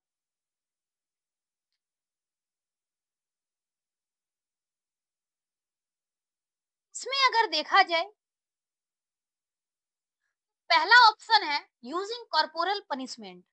अभी हमने सीखा था कि कॉर्पोरल पनिशमेंट जो है वो हमें बच्चों को नहीं देना है। तो कॉर्पोरल पनिशमेंट देने से बच्चों का जो बिहेवियर है स्टूडेंट के प्रति, टीचर के प्रति, ये इंश्योर नहीं होता, और ये कॉर्पोरल पनिशमेंट वैसे ही गलत चीज है। तो यहाँ पर ये ऑप्शन इनकरेक्ट है। नेक्स्ट है using appropriate level of dominance by the teacher. ऐसा नहीं है कि टीचर और स्टूडेंट जो है, टीचर और स्टूडेंट के बीच में बहुत ज्यादा डिस्टेंस रहे। इस तरह की डिपेंडेंसी होनी चाहिए कि बच्चा टीचर के सामने खुल करके कुछ कह सके, तो स्टूडेंट टीचर का रिलेशन जो है वो अच्छा होगा। यानी अप्रोप्रिएट लेवल होने का मतलब है कि क्लासरूम में पढ़ने टाइम में कुछ और रिलेशन होना चाहिए, उसके बाद इस तरह का आप माहौल क्रिएट करो कि बच्चा आपके पास प्रॉब्लम भी लेकर के आए, तो कहीं ना कहीं इसमें बच्चों का फायदा दिख रहा है। तो ये ऑप्शन हमारा हो सकता है। Next, use spanking as punishment. Punishment को दंड के रूप में देना, ये भी गलत है, दंड नहीं दे सकते। देन है using minimal verb and acceptance. Student और टीचर के बीच में जो है वो एक प्रॉपर रिलेशनशिप मेंटेन होने चाहिए। ये नहीं है कि टीचर स्टूडेंट से डिस्टेंस मेंटेन कर रहा है, स्टूडेंट को इंटरेक्ट करना पसंद नहीं करता है। तो ये सारी जो चीजें होती है, ये कहीं ना कहीं स्टूडेंट टीचर के जो रिलेशनशिप है उसको डिसाइड नहीं करता है। तो ये भी गलत है। हमारा अप्रोप्रिएट जो ऑप्शन है वो है बी, क्योंकि इसमें बच्चा जो है एक अच्छा रिलेशनशिप मेंटेन कर पाएगा, और अच्छा रिलेशनशिप मेंटेन करने का मतलब है कि टीचर सपोर्टिव होंगे, एक बाउंड्रीज सेट होगी, इफेक्टिव लर्निंग हो सकेगी। तो इसके लिए ऑप्शन बी जो है वो अप्रोप्रिएट है। नेक्स्ट है 32, स्टेटमेंट के बारे में एनालाइज करना है। Progressive view, progressive view states that education is not preparation for life but life itself। ये जो स्टेटमेंट है ये जॉन डुई के द्वारा दिया गया है प्रोग्रेसिव व्यू के बारे में। Education is not preparation of life for life but life itself. तो ये जो है ये ट्रू है। जॉन डुई ने जो कि ये स्टेटमेंट दिया था, और ये स्टेटमेंट करेक्ट है। नेक्स्ट है रिकंस्ट्रक्शनिस्ट। इस पर्सपेक्टिव के दौरान के हिसाब से क्या है, the new social arrangement should be truly democratic. Democratic का सोशल अरेंजमेंट जो है वो डेमोक्रेटिक होना चाहिए। रीजन कि सोसाइटी में हर किसी का एक्सेप्टेंस हो, हर किसी को बोलने की का अधिकार हो। तो ये चीजें जो है रिकंस्ट्रक्शनिस्ट पर्सपेक्टिव के हिसाब से है। तो ये भी ऑप्शन जो है ये ट्रू है। तो दोनों ही ट्रू है, इसका मतलब ऑप्शन ए होगा। Both A and 1 and 2 are true.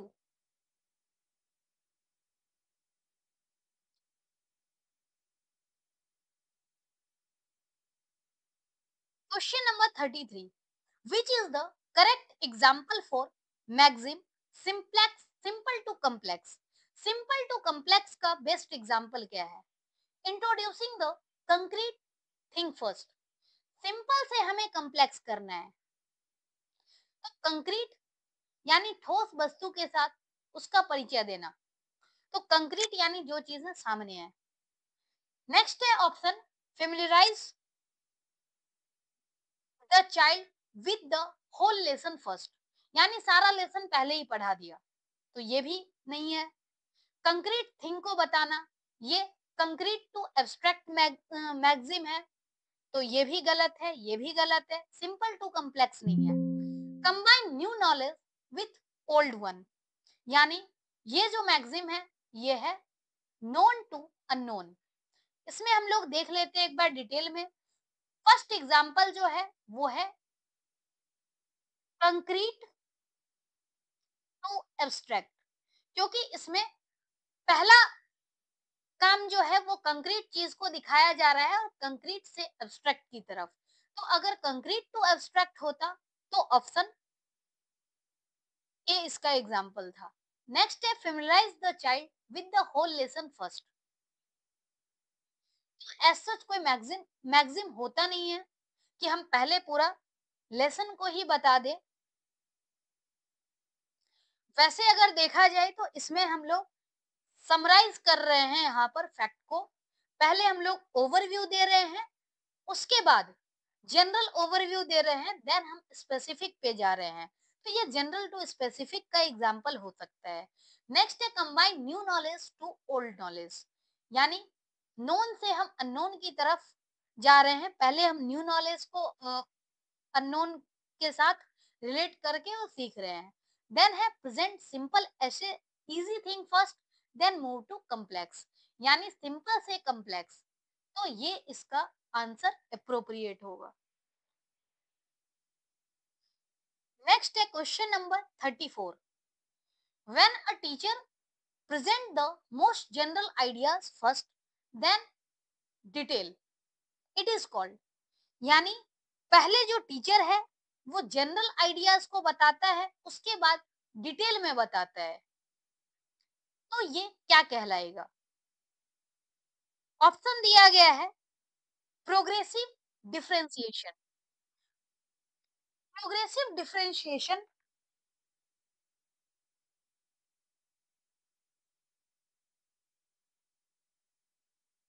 ये क्या होता है कि जैसे आपने कुछ जनरल चीजें पहले बता दी और धीरे धीरे करके और हम लोग डिटेल में जा रहे हैं, डिफरेंशिएट करके पढ़ रहे हैं, तो ये जनरल आइडिया के बाद डिटेल में जब जा रहे हैं तो इसके बारे में कहा जा रहा है। ये प्रोग्रेसिव डिफरेंशिएशन का एग्जाम्पल है।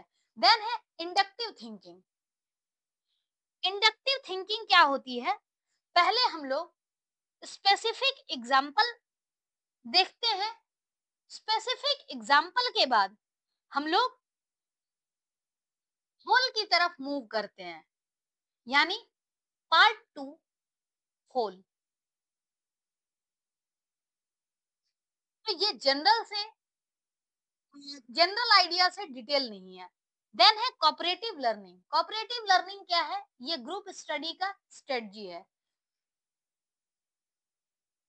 नेक्स्ट है जूरिस्प्रूडेंशियल इंक्वायरी।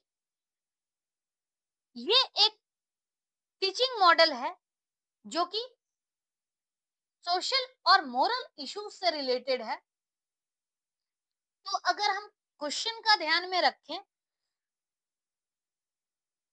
इसके लिए ऑप्शन ए जो है वो अप्रोप्रिएट होगा, क्योंकि प्रोग्रेसिव डिफरेंशिएशन में ही क्या होता है, पहले हम लोग जनरल आइडियाज को डिस्कस करते हैं, उसके बाद हम लोग डिटेल पढ़ते हैं। नेक्स्ट है dynamics of good classroom communication involves. Classroom communication जो है वो क्या क्या इन्वॉल्व करता है? इनडिफरेंस। इनडिफरेंस का मतलब है एक्सक्लूजन, यानी ये निगेटिव कैरेक्टरिस्टिक्स है। किसी चीज को एक्सक्लूड करना ये निगेटिव होता है। देन अगर हम बात करें मोटिवेशन की, तो मोटिवेशन होना चाहिए, मोटिवेशन होगी तभी लर्निंग होगी। बीइंग ऑर्गेनाइज्ड, ऑर्गेनाइज्ड भी होना चाहिए। एक्सक्लूसिविटी, यानी किसी चीज को अलग करना, तो अलग करना सही नहीं है। पार्टिसिपेशन होनी चाहिए, तो ये भी पॉजिटिव है। और जेंडर्ड व्यू, जेंडर्ड व्यू यानी जो मेल फीमेल है उनको हम अलग सोच रहे हैं, तो ये भी क्या है, गलत है। इसका मतलब बी, सी और ई, तो बी, सी एंड ई तीनों करेक्ट है। बी, सी और ई, ऑप्शन नंबर सी।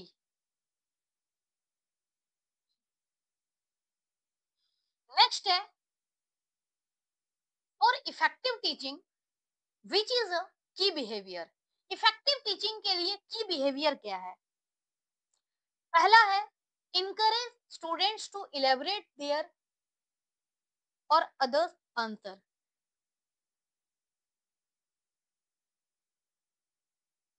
ये जो है बिहेवियर जनरेट करने के लिए ये एक्चुअली हेल्प करता है। इलेबोरेट, अगर आंसर को इलेबोरेट करेंगे तो इससे लर्निंग बढ़ेगी। इफेक्टिव टीचिंग का ये बिहेवियर नहीं है। देन है summarizing what a student told. Student ने सीखा है तो उसको समराइज करना, ये भी चीजें इफेक्टिव टीचिंग में नहीं आता है। देन है teacher comments to organize what is to come. यानी टीचर जो है वो किसी चीज को कुछ ऑर्गेनाइज करना है उसके लिए कमेंट कर रहा है, कुछ बता रहा है, टिप्पणी कर रहा है, तो ये भी गलत है। नेक्स्ट है, making ideas clear to learner at different level. जो टीचर है उसका मेन काम यही है कि लर्नर को अलग अलग तरीके से बताना, ताकि वो किसी भी तरह का लर्नर होगा, कैसा भी लर्नर होगा, तो वो इजिली सीख सके। तो अल्टीमेट गोल जो होगा वो टीचिंग का, इफेक्टिव टीचिंग का यही होगा कि कैसे भी लर्नर है, किसी भी लेवल का लर्नर है, उसकी अंडरस्टैंडिंग क्लियर हो सके। तो ऑप्शन डी जो है वो करेक्ट है। नेक्स्ट है, the key behaviour of an effective teacher. Effective teacher का की बिहेवियर क्या होगा? एक इफेक्टिव टीचर कैसा होना चाहिए? सबसे पहले है स्ट्रक्चरिंग। स्ट्रक्चरिंग का मतलब है कि किसी की हेल्प करना, सपोर्टिव बिहेवियर है। ये बिहेवियर नहीं है, सपोर्टिव बिहेवियर है। उसके बाद अगर हम देखें, teacher task orientation. Teacher task orientation यानी टीचर का जो भी टास्क है, जो बेसिक काम है उससे रिलेटेड है, तो ये आपका की बिहेवियर में आता है। देन है इंस्ट्रक्शनल वेराइटी, यानी डिफरेंट टाइप के की टास्क बिहेवियर की, टास्क ओरिएंटेशन की अगर हम बात करें, तो जो भी कंटेंट है, जो भी टाइम है, उसको मैनेज करने का काम, तो बी तो की बिहेवियर में आएगा। देन सी में अगर इंस्ट्रक्शनल वैरायटी की बात करें, तो इंस्ट्रक्शनल वैरायटी यानी टीचिंग मेथड क्या यूज कर रहा है, टीचिंग लर्निंग मटेरियल क्या यूज कर रहा है, तो ये भी की बिहेवियर में आता है। Then lesson clarity, lesson clarity भी होना चाहिए, तभी टीचर पढ़ा पाएगा। देन है प्रूविंग। प्रूविंग ये सपोर्टिव बिहेवियर में आता है। ये प्रूविंग और स्ट्रक्चरिंग ये स्टूडेंट की हेल्प करता है, टीचर का की बिहेवियर नहीं है। तो अगर हम की बिहेवियर की बात करें, तो की बिहेवियर जो है वो ऐसे बिहेवियर है जो कि टीचिंग का बेसिक पार्ट हो। और बेसिक पार्ट यही है कि हम अपने कंटेंट को कैसे मैनेज करें, टाइम को कैसे मैनेज करें, टीचिंग मेथड क्या यूज करें, टीएलएम क्या यूज करें, और क्लासरूम में एक्सप्लेन कैसे करें, ये सारी चीजें की बिहेवियर में आती है। तो अगर देखा जाए तो इसका आंसर क्या होना चाहिए? बी, सी और डी। बी, सी, डी यानी option C will be the correct answer. Next है question number 38। A teacher who encourages student participation in communication will ensure। Teacher जो है जो कि स्टूडेंट पार्टिसिपेशन को इनकरेज करता है, वो क्या इंश्योर करेगा? अपोजिट व्यू, अपोजिट व्यू कभी इंश्योर नहीं कर सकता। पॉसिबल आउटकम तो है, लेकिन क्या है कि वैसे अगर हम देखें तो ये इंश्योर नहीं करता है। पॉसिबल आउटकम्स होते हैं, हो सकते हैं। अगर कोई व्यू दिया तो कुछ बच्चे की व्यू अलग हो सकती है, लेकिन टीचर इसे इनकरेज नहीं करेगा, बल्कि क्लियर करना चाहेगा अगर अलग अलग व्यू होंगे तो। नेक्स्ट है सेल्फ स्टीम। सेल्फ स्टीम का मतलब क्या है कि सेल्फ स्टीम से क्या होगा, ये इंश्योर करना पड़ेगा, क्योंकि स्टूडेंट के जब स्टूडेंट पार्टिसिपेट करेगा, स्टूडेंट की पार्टिसिपेशन होगी कम्युनिकेशन में, तो स्टूडेंट के आइडिया को वैलिडेट किया जाएगा, जिससे कि सेल्फ स्टीम जो है वो भी इंक्रीज होगी। तो यहाँ पर स्टूडेंट पार्टिसिपेशन को इंक्रीज करने से सेल्फ स्टीम इंश्योर किया जाएगा। अपोजिट व्यू पॉसिबल आउटकम है बट सेल्फ स्टीम इंश्योर्ड है। Then class performance. Class performance ये भी इंश्योर्ड है। रीजन कि जब स्टूडेंट की पार्टिसिपेशन एक्टिव होगी तो इससे क्या है, बच्चे का एक्टिव एंगेजमेंट होगा और उससे बच्चों की अंडरस्टैंडिंग भी बढ़ेगी। तो क्लासरूम परफॉर्मेंस जो है ये भी इंश्योर होगा। नेक्स्ट है प्रोफेशनल डेवलपमेंट। यानी प्रोफेशनल डेवलपमेंट, बच्चा जब पार्टिसिपेट करेगा तो उस टाइम में क्या है कि टीचर को भी साथ साथ फीडबैक मिलती है, स्टूडेंट की क्या नीड है, टीचर को और क्या डेवलप करना है अपने अंदर। तो ये सारी चीजें जो है इंश्योर होती है। कहने का मतलब टीचर का जो प्रोफेशनल डेवलपमेंट है, प्रोफेशनल डेवलपमेंट भी इम्प्रूव होता है। देन है बाइनरी डिस्ट्रैक्शन। एक्टिव पार्टिसिपेशन से डिस्ट्रैक्शन नहीं होती, तो ये चीजें भी गलत है। यानी बी सी डी, अगेन ये तीन ऑप्शन इसमें करेक्ट है, B C D option C. Next है learning by doing. Learning by doing is based on, यानी लर्निंग बाय डूइंग जो है वो किसके आधार पर है, इंडक्टिव मेथड। इंडक्टिव मेथड जो है वो होता क्या है, स्पेसिफिक टू जनरल। कोई चीजें आपने पहले स्पेसिफिक बताया, यानी कोई पार्टिकुलर रिजल्ट आपने बताया, धीरे धीरे करके उसको जनरलाइज कर दिया। जैसे क्या है कि अगर आप किसी सम करते हो कि स्टार्टिंग के दो नंबर हैं, उसको सम आपको करना है तो 3 आएगा, फिर 1 प्लस 2 प्लस 3 आपने किया तो 6 आ गया। तो ऐसे करके क्या है, फिर 1 प्लस 2 प्लस 3 प्लस 4 आप कर रहे हो, तो यहाँ पर ये 10 आ रहा है। तो इसको आप किस तरह से कैलकुलेट करोगे, तो यहाँ पर अगर देखा जाए, इसका फॉर्मूला जैसे हम लोग बनाते हैं n into N plus one by two. Simple, पहले हमने क्या किया, एक एक करके स्पेसिफिकली काउंट करना सीखा, उसके बाद हमने इससे फॉर्मूला बना दिया। तो इसका मतलब क्या है, स्पेसिफिक से हम जनरल की तरफ जा रहे हैं, यानी ये इंडक्टिव मेथड है। तो inductive method learning by doing में नहीं आता है, बच्चा इसमें करके सीखता है। देन है प्रोजेक्ट मेथड।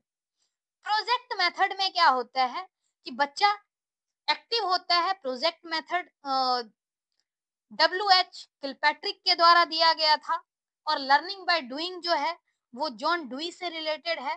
तो यहाँ पर प्रोजेक्ट मेथड में क्या है, बच्चा एक्टिव होता है, करके सीखता है। Then synthesis method.